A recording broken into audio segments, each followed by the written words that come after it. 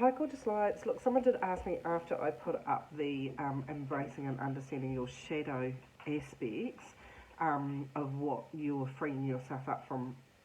Where do some of these shadow aspects come from? And there's two levels. Because don't forget that being on the earth plane is an experiential level, and it's very much about the experiences that you have down here. And as you come in as a child and you're in complete equilibrium as well, and everything's believable and everything's really real and everything's really beautiful to the child mind, you can have circumstances where you have soul level learning that you had to experience, but then there's reinforced learning that you actually get in your lifetime that you can actually spend a lifetime undoing that comes from a perceptual trauma in childhood that actually becomes part of your soul level learning where you're here. So there could be what the soul wants to learn about it, but then there's reinforced programming that comes through childhood as well. So it's like a really beautiful spider web. It's all linked in together for your hugest possible growth. But they've asked me specifically because people struggle to understand exactly how complex it can be and how simple it can be at exactly the same time to use a scenario, and I've just described a scenario, so I'm going to explain it to you. So say you were 5 years old and you were told that when you, by a parent, so you got child here and you got parent here, and the parent says to you, we're going to go to the shops, if you behave you can have something from the shop. Okay, so every parent, we've done this. So in that learning, that child says, in the child mind, 5-year-old child mind, ooh, when I go to the shop I can have something. Now, the gap in communication is what that something is. So as we go into the shop, say we go into Farmers and there's a great big elephant there, and this child goes, oh my god, that elephant, that's really, really cool, I've always wanted an elephant. And so in their mind they've said they can have something from the shop. Okay, so the parent goes, oh my word, no, you're not having that. I meant something this big from the shop. Immediately that child is spiralling into themselves into disappointment because in their mind their kind of authority figure or parental figure around them has said you could have something from the shop, and their mind doesn't have a balanced equation because they're only really little about what that actually entails. So, there's suddenly a big catastrophe, and the parent's like, well, no, they're being really selfish and being really greedy, and I didn't mean that, and da-da-da-da. So it becomes very complex, but in the child mind, it's not. In the child mind, it is you can't have what you want. Now, they're disappointed, they're upset, and they accept what else the parent decides that they can actually have very grudgingly because they're disappointed. The parent goes, well, I won't buy you anything then in future if you're not grateful for what you get. So there's, in this child's mind, there is, I can't have what I would like. Now, let's roll it forward, and the next week they're going out to the shops, and the parent says to them, right, we're going to the shops, and you can have, if you're really good, you can have something, okay? So they have forgotten this incident that happened over here. This child hasn't. Okay, so they get to the shop, and they go, okay, I'm not allowed the elephant. I got told I wasn't allowed the elephant. It was really, really hard. But look at that massive teddy bear, because I got told I could have something from the shop. And they go and they want the really big teddy bear, and the parent's like, for goodness sake, we've had this discussion, you're being greedy and selfish. And this child is like, I can't have what I want. And of course the same scenario happens again, often something else in a smaller detail, and the child's not grateful because they don't understand. You said I could have something, and their mind doesn't have financial constraints, what something's worth. They're just being told they can't have that. Now, if you reinforce this to this child's mind enough that they can't have what they want, you have a childhood trauma wound, an ingrained belief structure that ties into their learning of self-worth and value. And before every parent just has a heart attack and goes, oh, we all do that parenting. Yes, we do. Totally guilty of it. I've got 2 boys. And Lord, they wanted the whole chop. And so I really, really understand that. But ever so much, hindsight's such a wonderful thing, isn't it? Because we don't understand in formative years, because nobody's actually teaching us this, that 0 to 5 years old, that 0 to 10 years old, the human brain is like a sponge, and it is sponging up learning that it has been given by other aspects, and when we sponge into and interpret, because don't forget human brains are really, really interpretive, then we interpret our value by a perceptual value of what we think that we're actually worth. Now, I can say this, and yep, everyone can have a different spin on it. Don't forget that I'm coming at it from my perspective, having studied human beings for such a long period of time and worked with upstairs around this, is looking at the damage, if you like, that little event, like an adult can dismiss it and say that was just a little event, but I'll challenge you this. Remember when it happened to you. Remember when there was something you really, really wanted when you were little and you were told that you couldn't have it. I would be really, really surprised if there isn't one of you out there that has a memory where you got everything that you wanted. You know, understanding how our brains work and coming from that understanding is not something that we're easily educated on, yet it causes the most amount of damage as well. So, you know, this is suddenly this 5-year-old child that says, I can't have what I want. How many adults do you think I work with that infinitely believe they can never have what they want in their life? And when you track it back through the corridors of consciousness into the childhood stuff and into the soul level learning, then you suddenly find, oh, look at all the times you were told you couldn't have what you want, and it might have been 3 or 4, it might have been once, but whatever the impact on them has actually made them believe that they are not entitled and they can't have everything that they want. What we learn during this period of time, 0 to 5, 0 to 10 years old, we simply play out in our subconscious understanding, and sometimes until we bring it conscious we can't deal with it, but this is the shadow aspects that we're actually talking about. What we have claimed and owned as a belief structure or as a truth, which is actually not a truth. Now, the incredible, amazing thing about human beings is as you start to awaken and you start to come into awareness, empathy and understanding, the easier emotions to deal with are easy. The ones in the light of the day, happy, sad, whatever, those ones that are straightforward, they're fantastic. And they're easy to deal with, and we can eyeball them and know how that actually feels. But the deeper ones, the more ingrained ones, the childhood ones, and I think sometimes people have a tremendous lack of understanding around what childhood trauma is, because most of us that are walking around on the planet actually do have instances of childhood trauma which we don't realise are deeply embedded within us that cause either little play-outs or big play-outs. Now, coming back to, you know, the shadow aspects of ourselves, the only way to work with them is to acknowledge that it's not strictly a truth. It might be something you learned or something that you told yourself or something that was reinforced, and you're kind of really loving the challenge is to identify and give yourself permission to override that old programming or that old understanding. And I really think that, particularly in this relationship energy that we're actually in at the moment, there's people being triggered. I shouldn't laugh, but there's people being, because I'm being triggered, there's people being triggered left, right, and centre to actually address some of these old core wounds that we have done to ourselves just by owning it inadvertently, and that's part of the human journey. But also, people say to me, well, I'm getting into my 50s, I just can't be bothered by that. And I'm just like, yep, I can understand that. But also, I can kind of go, boom, and just hit one of their triggers, and they're like, oh, that really hurt. And I'm like, well, it's still not healed. So if you continue forward with this non-healed shadow aspect, and this lack of acceptance of yourself and your entirety, then yeah, the life is it's a learning journey. You can nail the soul level learning 100%, 100%. Don't get me wrong, you don't have to wander around like that, but you also don't have to wander around as a victim either, knowing it can actually be addressed in the way that you lovingly love yourself and release this old understanding. So is it worth it? 100%. Look, I'm a really, really beautiful, beautiful friend who is incredible in this line of work, and I can remember when she first introduced me to it, I was just like, oh, run for the hills, there's no way I want to deal with it.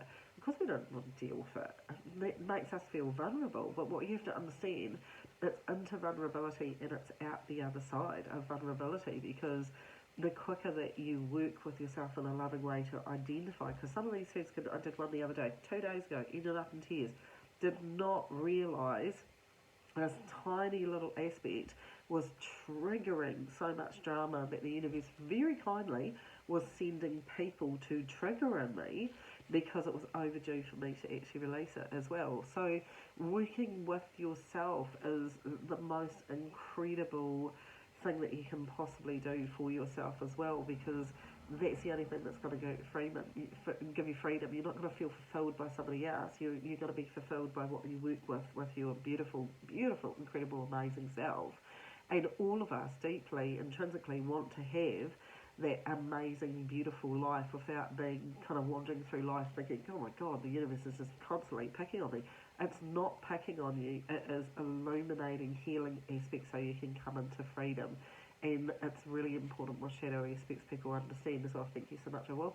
They just asked me to do another example so that you can actually understand as well, because there'll be a few triggers at home with the example that they used in the first place, so fine.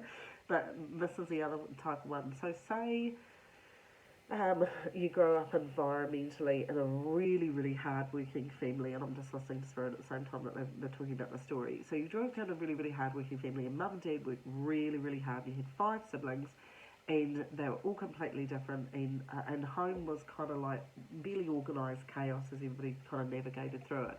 But there was a really, really deep part of you that worried where your placement was in the family. Were you important? Were you this? Were you that? Because when you're informative of identity, which happens in this period of time as well, you just didn't know where you fit, and you just kept looking at your family and go, I just don't fit here.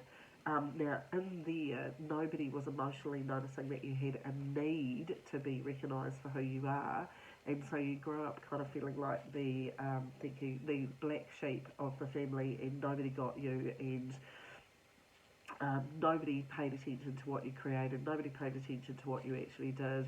And so you're left with this amazing longing to be recognised for you and your contribution to the family and anything like that. So you're kind of tootling along, and you did this project at school. It was really, really fantastic. And you were so pleased with the teacher said, this is really amazing, here's your mark and take it home. And you go home and it's chaotic, and you really want to tell everybody right in front of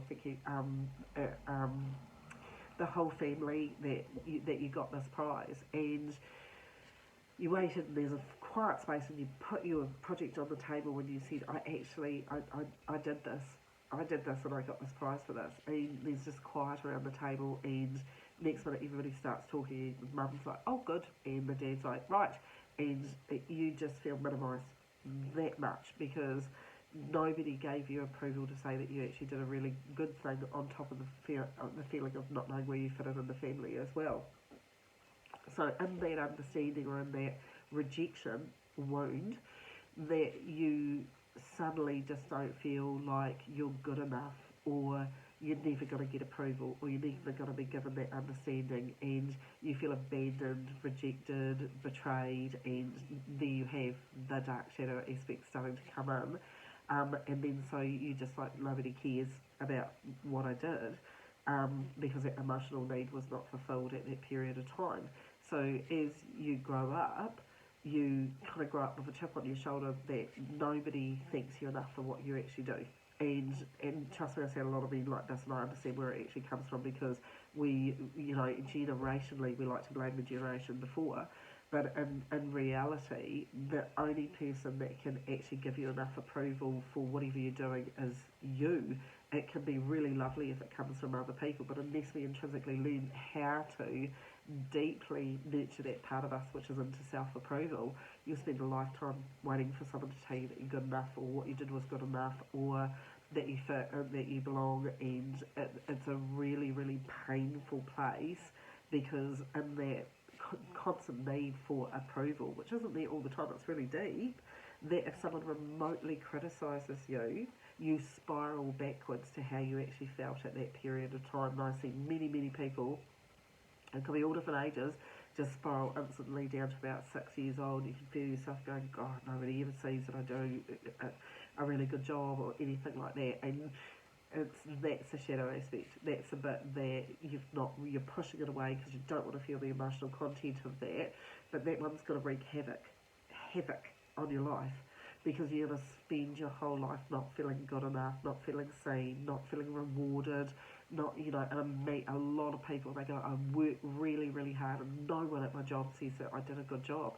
It's not coming from your job, I'm really sorry, it's coming from the shadow aspect that's actually hung over from your childhood as well. So there's a whole lot of stuff that's actually blending in together that until you, I think you celebrate unpacking it or look at going, I'm tired of living like this, I would like some freedom like this, and look at these aspects that are actually wreaking subconsciously havoc because they're there. You're not acknowledging that they're there, but the universe is trying to show you all the time through different people, different situations, that it's right there. It's right there, and it's affecting you right now, in the now, and it's something that you actually come to heal, part of your soul level learning and part of the shadow aspects of yourself, of acceptance. So the only way forward is to actually start to acknowledge, and it's really, really crucial because the reflex action of human beings is to go, well, that person did that to me. No, they didn't do that to you. They didn't do that to you. They were a product of their own learning and their own understanding. Seriously, they never had it done for them, honestly, generationally. And I look at the damage, if you like, in terms of emotional support and emotional understanding generationally. No, we don't look at this side of things. Human beings are really, really emotional. I think there's something like 34,000 emotions. We run the gauntlet of them on a daily basis, but nobody actually educates that, and then we struggle to feel, and then we think feeling's a bad thing, and then we're told to keep your feelings to yourself. That's societal programming. And then in the middle of all of that, you're suddenly a basket case, and your brain is pecking at you like a herd of chickens, and you're just thinking there's nowhere for me to go. So you can disassociate and you can push people away, you can contain yourself, but you're living in a personal misery. Now we have a huge amount of people that are trying to navigate through this minefield to understand their own selves. The benefit of doing all of this is you understand you, and as you get empathy and understanding and acceptance of who you are, I tell you what, the reflection is outwards. You start to have empathy and understanding. You can still have really good boundaries. Don't get me wrong, you're not going to go around forgiving the entire world, but before you start with yourself, that would make a really, really big difference. And the shadow aspects actually enable you to actually work through it, honour who you are, forgive the past, be able to lay it to rest without getting triggered constantly by listening to my childhood, my work colleagues doing to me, or my exes doing it to me, or whatever. They're not doing it to you. It is being amplified through the wound that has been created, or the self-trauma that's been created by your perception of those series of events that happened at that period of time. And again, look, yes, there's awful people out there that do awful things to other people. I'm not saying that there isn't. This is soul level learning as well. But it is also really, really important to understand this, and Spirit has shown this to me again and again and again. Your own worst enemy will be you. What you say to yourself in your own head will be you, coming from you. They are so in need of the love that you need to give to yourself, and they keep saying it to me because they keep getting me to put it out there. Be the love that you actually need for yourself, and start there, and you'll be surprised as you elevate your energy and elevate your understanding. Then you can navigate through the world not feeling picked on, but better yet, you start attracting people into that frequency that you're elevating at, and all of a sudden you've got a beautiful group of like-minded people. Understand where you're coming from, and your sense of belonging comes back again. But it's not just a sense of belonging because of them, it's a sense of belonging because you've healed these aspects of the shadow aspects of yourself as well. So yes, it's complex, never said it wasn't. And initially, as you start doing it, as I said, I hated it. I just really, really share that. But years down the track, I've come to see what amazing value it is to actually work with your beautiful self and understand your beautiful self, because it gives you this lovely illumination that you can actually free yourself from things that you didn't even know were affecting you to the degree that it was affecting you, but also is affecting your life. And we carry it forward. We just keep carrying it forward. We might teach our children exactly the same behaviour because we only know what we know. And then as they grow up to adults, we do this. We simply do this. Oh my God, how did they get so damaged? Where did that come from? So, you've got to cut you some slack. You only know what you know, but also know that working with you and working with the shadow aspects of yourself, you free yourself and pay it forward and you pay it back over energetically through generations. And we start to heal the wounds of the entire planet through doing it this way as well. We're heading towards 80 unity, guys. You have to start looking at how you deal with the unifying in here first, so that you have the freedom to actually unite with other people. Because seriously, I walk around every day and in my work listening to how much people are resentful of other people, and it's a really weird, unique position I'm in to be able to see that if I follow that thread and follow that thread and follow that thread and follow that spider web, then it takes me right back to a projection of what they're actually saying is actually about themselves half the time as well. So we're not really as complex as what we think we are. You're pretty much able to track and trace. It's just that we don't consciously stop, pause, and look at the reality energetically of what's being shown to us that we actually need to heal in ourselves as well. So I hope the explanation of this, of some instances and how it actually works and where you're at, actually helps you to look at how you actually want to deal with it as well. So please understand that I love that. They've just said there's a beginning. A beginning is realisation. A beginning is taking the time to actually look at how precious you are, how amazing you are, and the opportunity that you have to heal yourself going forward, for yourself, for your children, for the planet, and the beautiful, beautiful, beautiful collective consciousness. And yeah, they're saying now is the time to start doing this as well. So I hope that makes sense. Take care of you.